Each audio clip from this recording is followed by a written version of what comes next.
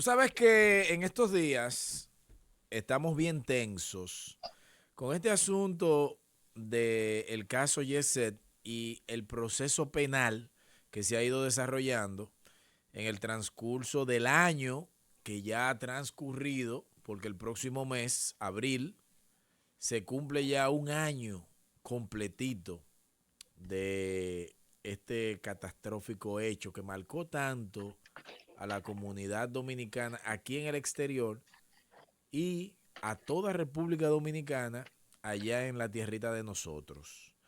En el día de hoy queremos hacer un análisis, pero un análisis bien profundo de esta situación que el pueblo tiene tantas cuestionantes, tantas preguntas. Y para ese tipo de situación tenemos obligatoriamente que apelar a la palabra de un experto, porque tenemos que profundizar, tenemos que ir al punto y explicarle en arroz y habichuela al pueblo dominicano cómo va transcurriendo este proceso penal y cuáles son las cosas que quizás el pueblo no entiende, como dije al principio, que surgen muchas cuestionantes. Y en el día de hoy tenemos un invitado especial. Para mí es más que un placer, es satisfactorio poder presentar a una persona que he visto su crecimiento y su desarrollo en esto que es el derecho penal. Me refiero a Delio Jiménez. Delio es egresado de la Escuela Nacional de la Judicatura. Él fue egresado en el año 2015, 2016. Es defensor público, pero más que defensor, es coordinador de la Oficina Nacional de Defensoría Pública en la provincia de Neiva. Delio, en su currículum, es especialista en técnica de litigación estratégica. O sea, conoce a fondo el procedimiento penal, porque también tiene conocimientos amplios de derecho penal, de derecho procesal penal, derecho internacional de derechos humanos, y es un conocedor de lo que son los derechos fundamentales. Cada uno de esos tópicos que yo mencioné no es simplemente por el ejercicio y el tiempo que tiene litigando, sino que se ha especializado en cada uno de esos aspectos. Porque quizás algunos preguntan, ¿por qué tiene que dar la hoja de vida de su invitado? Es importantísimo. ¿Por qué? Porque en República Dominicana actualmente, con la proliferación de las redes sociales, muchas personas quieren hablar de todo y no estudian de nada. Entonces, Delio se ha preparado y ha estudiado cada uno de estos aspectos que yo mencioné y se ha vuelto un profesional, pero a carta cabal de la materia. Así que ya sin más preámbulos voy a presentar a Delio, que está en la línea y va a comenzar a darnos luz de este asunto que a veces el pueblo dominicano está tan confuso. Buenas noches, Delio, ¿cómo estás? ¿Cómo te sientes, hermano? Buenas noches, Leonel. Buenas noches a todos los amigos que día tras día siguen tu programa, la plataforma de las redes sociales, de YouTube, y estamos aquí para aclarar las dudas y las cuestionantes sobre este caso que ha contra la República Dominicana, que sin duda alguna es el caso Yexé, un caso sin precedentes en lo que es nuestra historia republicana, y estamos aquí para aclarar las dudas, los referentes a la fase en la cual se encuentra el proceso al día de hoy, que es la fase intermedia, la fase preliminar. Sí, eso me hubiera gustado, Delio, que inmediatamente entráramos en materia con ese aspecto. Tú sabes que a veces decimos, bueno, está en tal fase, pero ¿cuáles serían las fases del proceso penal completo? ¿Hay alguna división? ¿Hay algunas diferentes fases, etapas? Sí, claro, el proceso penal se divide en 5 etapas. La primera es la etapa inicial preparatoria, que es cuando se comienzan las investigaciones, los anticipos de prueba, y el conocimiento de medida de coerción, que como ustedes saben, se le dio arresto domiciliario por un tiempo determinado al señor Espaillat y también a su hermana, la señora Espaillat, y luego ya han transcurrido los plazos, el Ministerio Público entendió que ha recopilado los elementos de pruebas suficientes y presentó un acto conclusivo consistente en acusación. Luego de esta fase, si hay elementos de prueba no suficientes, se puede ir a un juicio de fondo, que es la tercera etapa, la tercera fase del proceso penal. Luego es la fase recursiva y por último es la fase de ejecución de la pena, pero sin embargo, vuelvo y reitero, un proceso que está ahora simplemente en la fase intermedia, donde ya hay acusaciones presentadas y es lo que nos debemos enfocar en esta etapa.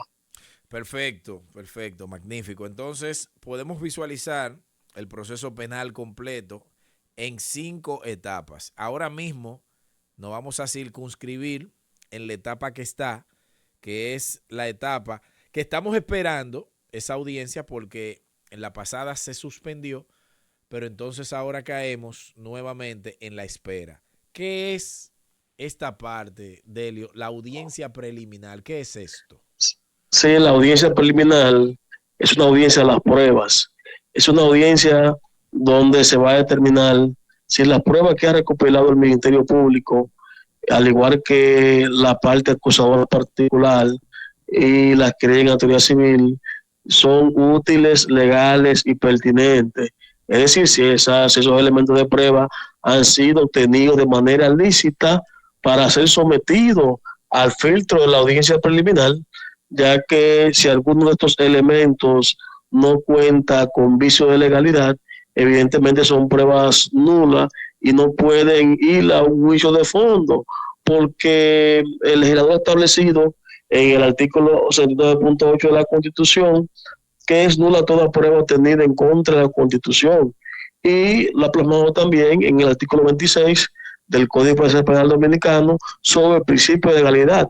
De manera pues que es una audiencia de las pruebas. En esta audiencia no se va a determinar si los imputados son culpables o no, simplemente se van a ventilar las pruebas que el Ministerio Público ha recopilado y en su acto conclusivo de acusación, al igual que los acusadores privados particulares, como son las víctimas, que tienen la facultad de constituirse y presentar lo que es una acusación alterna, auxiliar al Ministerio Público.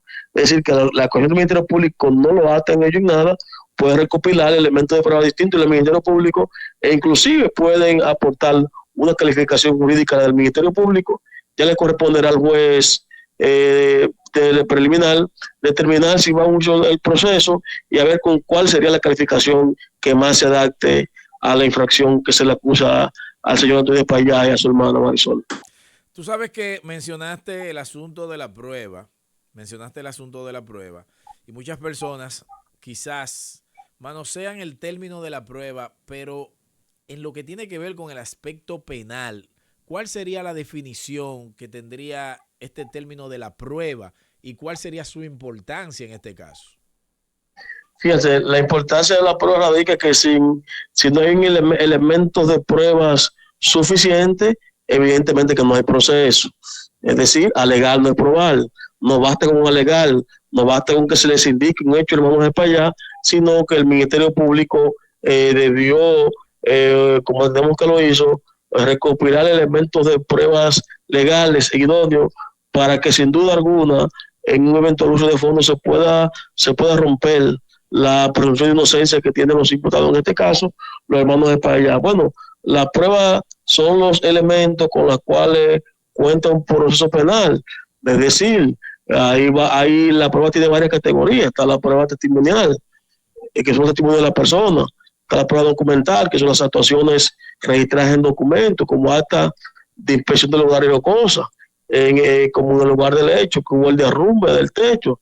Esto se hace mediante también planimetrías, se hace también mediante levantamiento fotográfico, y es un esquema probatorio que va concatenado en aras de probar los hechos, porque vuelvo y reitero, no basta con alegar, sino hay que probar.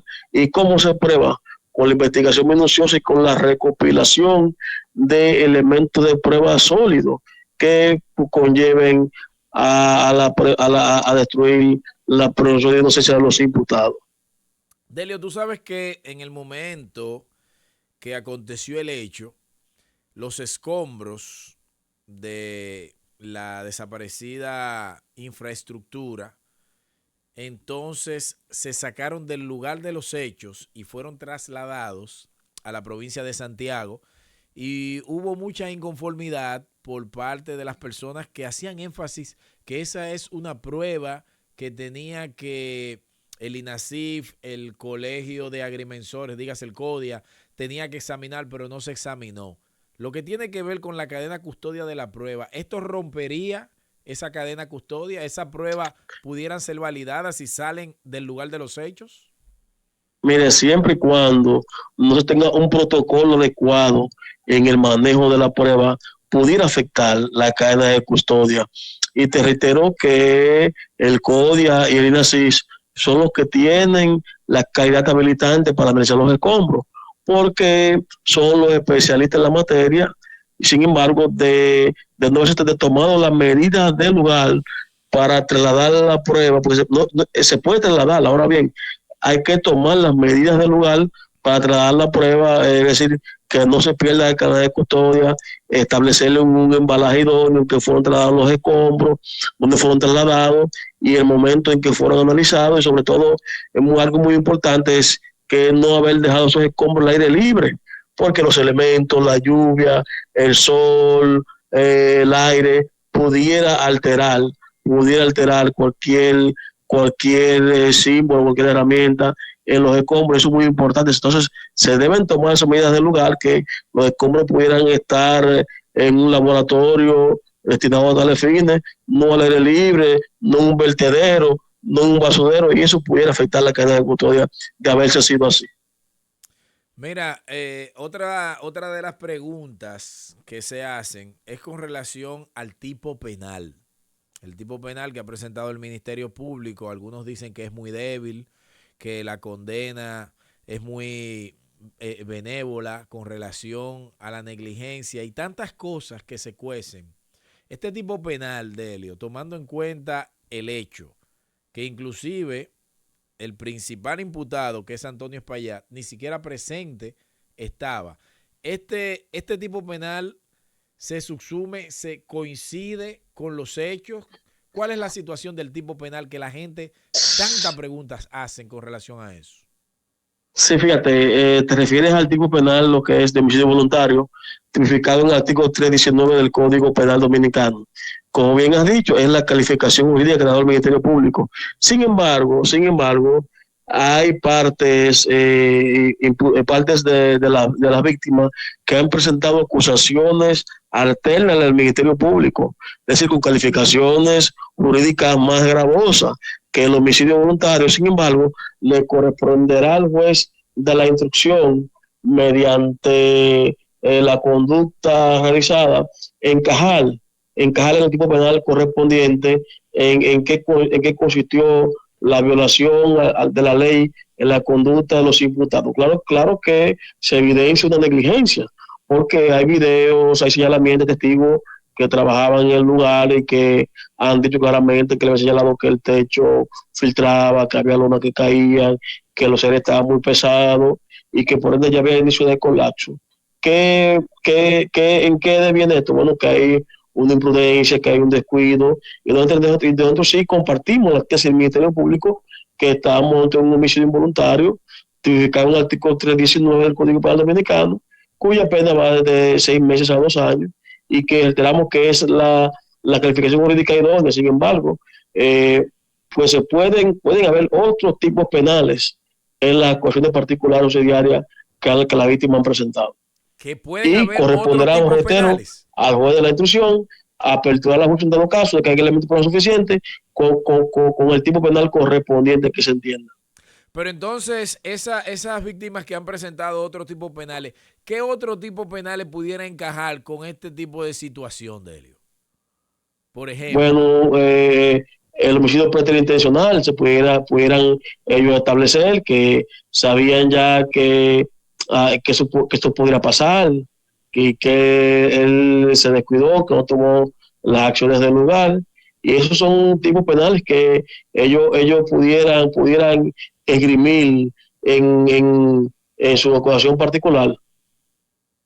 Entonces, una pregunta. El Ministerio Público viene en su acusación y aporta una gran cantidad de pruebas. Ya el Ministerio Público nos tiene acostumbrado a nosotros que viene con una cantidad de pruebas y cuando comienzan a analizar las pruebas, ninguna de estas pruebas tiene ni siquiera asidero legal. ¿Qué pasaría en el caso hipotético de que ninguna de esas pruebas que presenta el Ministerio Público pasen la prueba de la audiencia preliminar? ¿Qué sucedería en ese caso, Deli? Interesante pregunta. El artículo 309, numeral 5 del nuevo Código Procesal Penal Dominicano, la ley 9725, establece que se dicta un otro no lugar cuando los elementos de prueba no son suficientes para destruir la presunción de inocencia y la responsabilidad penal que tiene cada imputado. Si no hay elementos de prueba, el juez daría un lugar. Y te citó casos famosos que se han dado en un lugar, el caso de Filipe Bautista, un lugar famoso del magistrado José Garra, y que el Ministerio Público ni siquiera recurrió aquella vez en la gestión de Domínguez Brito. Recuerdo que vencieron los plazos y no recurrieron, pero si no hay elementos de prueba, evidentemente que no puede haber ir a juicio de fondo, porque será un auto de apertura a juicio cuando hay probabilidad de que los imputados puedan ser condenados en un juicio de fondo, porque si las pruebas no son útiles, no son legales, no son pertinentes, son insuficientes, si hay un déficit probatorio, evidentemente que el caso no puede ir a la siguiente etapa, que es la etapa de juicio, porque hay un vacío procesal imperante en el caso de hacerlo, pero también se puede dar de que el juez excluya una parte de las pruebas y acredite otras, y que las que acredite entiende que se puede romper también la presunción de inocencia de los acusados y pueda ir a ventilarse mucho de fondo, porque necesariamente no todas las pruebas que están irán a juicio de fondo, porque hay algunas que lógicamente no pasarán el filtro de la audiencia preliminar, no lo pasarán, pero sin embargo, si el resto del elenco probatorio es suficiente, evidentemente que se pudiera romper la producción de un juicio de los señores de España. Bueno, tú sabes que al principio le establecía a las personas que sintonizan el programa que íbamos a tratar de hablar en arroz y habichuela. Y vamos a salir un poco del tecnicismo para explicarle a las personas qué es un juicio, qué es un auto de no al lugar y qué es un auto de apertura a juicio. ¿Qué es esto? Sí, el auto de no lugar es cuando el juez estima que no hay elementos de prueba suficientes, de que el imputado no cometió los hechos, de que la acción penal se ha extinguido, o hay una causa justificativa, como en el caso de la legítima defensa, la demencia, entre otros aspectos que no aplican en el caso de la especie. Es decir, en un auto de no lugar que no hay elementos de prueba para conocer un juicio de fondo. Es así de simple, y un auto de apertura a juicio es lo contrario, cuando el juez entiende que sí hay pruebas suficientes y que los imputados pudieran ser condenados en un juicio de fondo. Entonces, tomando en cuenta la definición que me diste del auto de no al lugar, si se dicta un auto de no al lugar, ¿qué quiere decir esto con relación al imputado? Que libre. Sí, que termine el proceso de manera momentánea, que cesan las medidas de coerciones alternas que tienen los imputados, es decir, que cesa el acto domiciliario.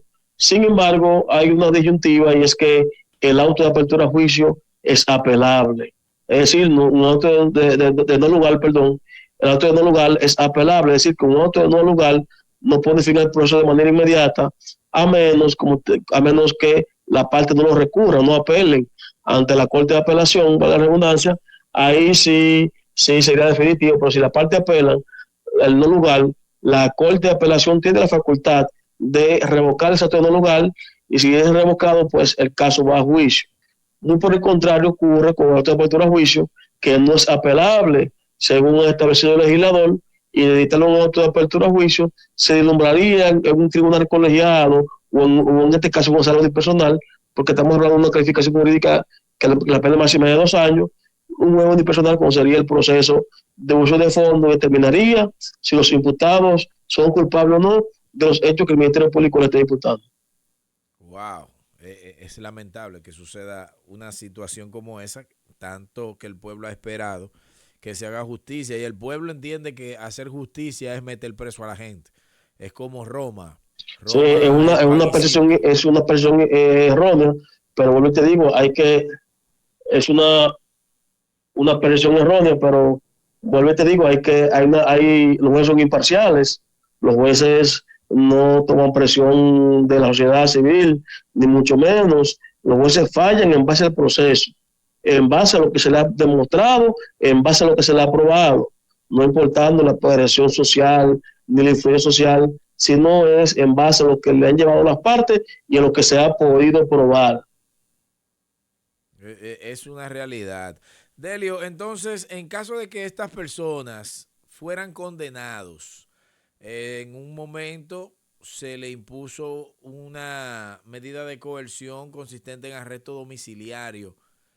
¿Cumplirían los 2 años o se les resta el tiempo? Porque un arresto domiciliario es prácticamente una pena privativa de libertad, más como se conocen las cosas allá en República Dominicana. Ellos tendrían que cumplir los 2 años en prisión o ya se le computa algo que tenga que ver con la medida de coerción. Muy interesante tu pregunta, Leonel. Y es lo siguiente: lo primero es que para poder ejecutar esa sentencia tiene que ser firme e irrevocable, es decir, que se agoten las demás fases.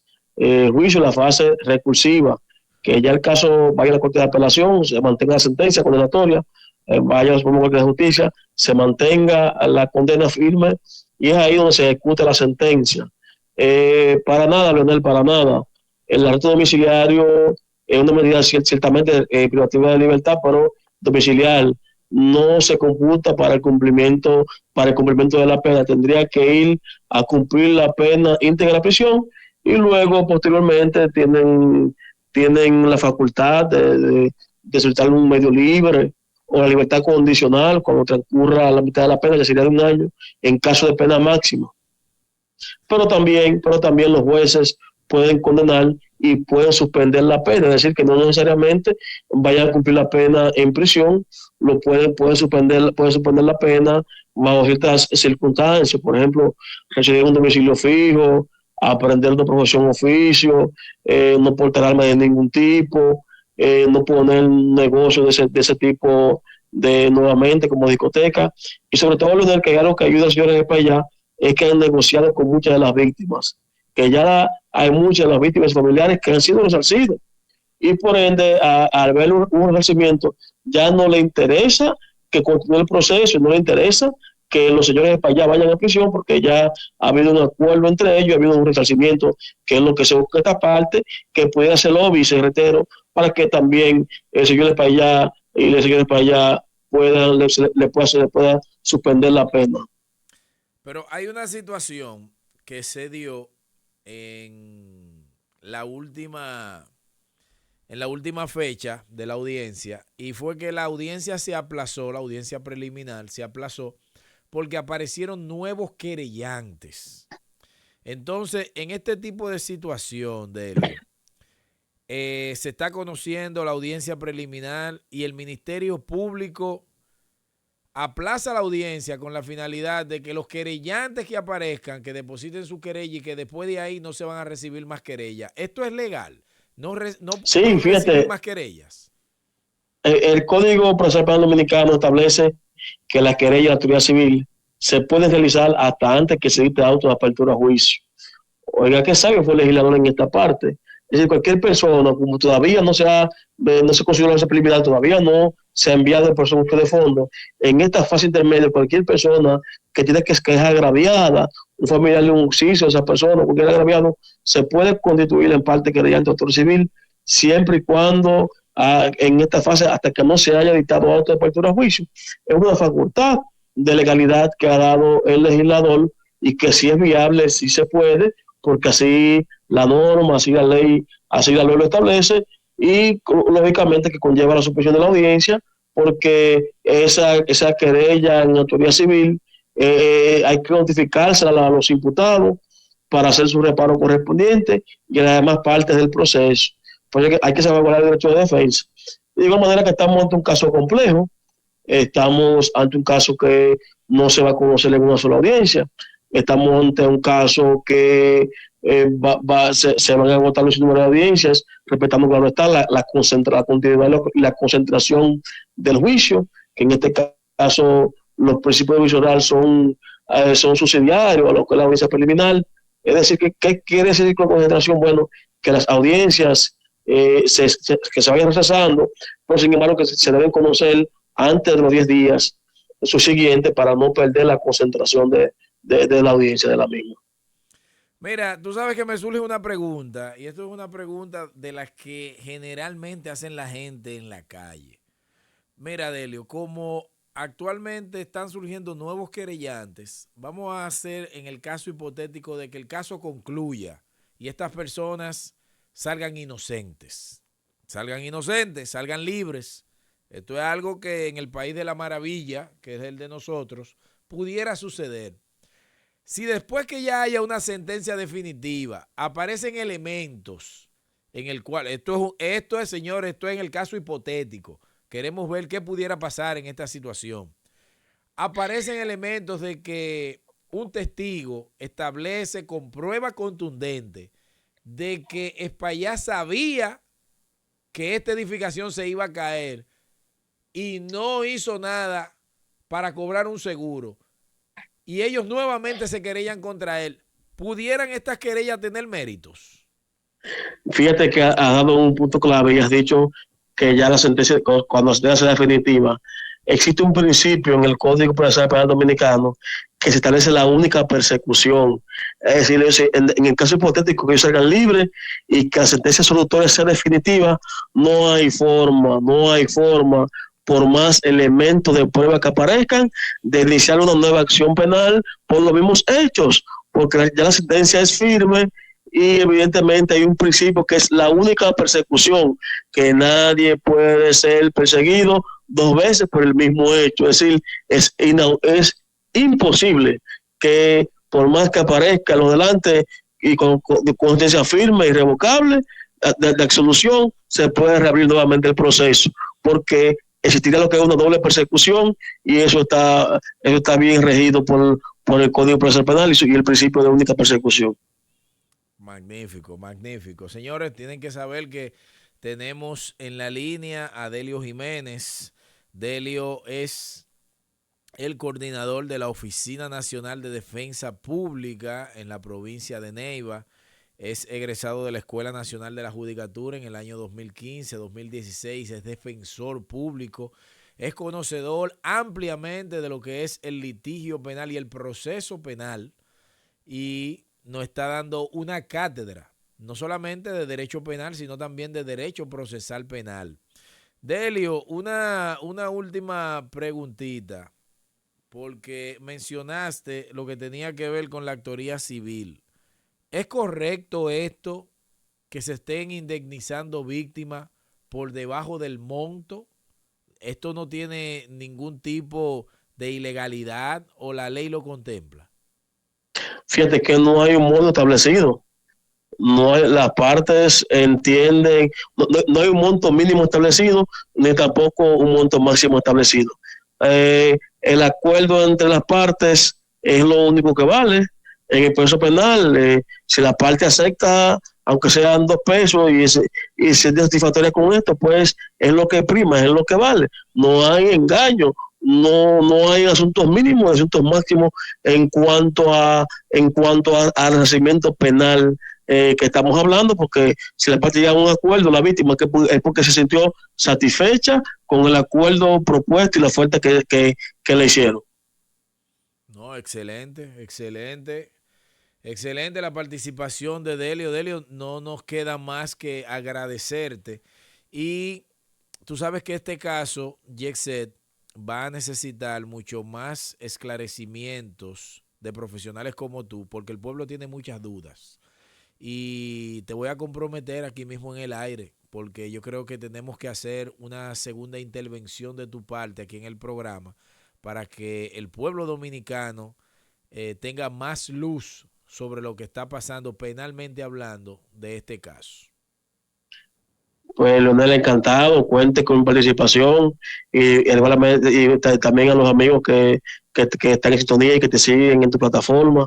Así que puedes contar conmigo y estamos disponibles siempre que te lo decida.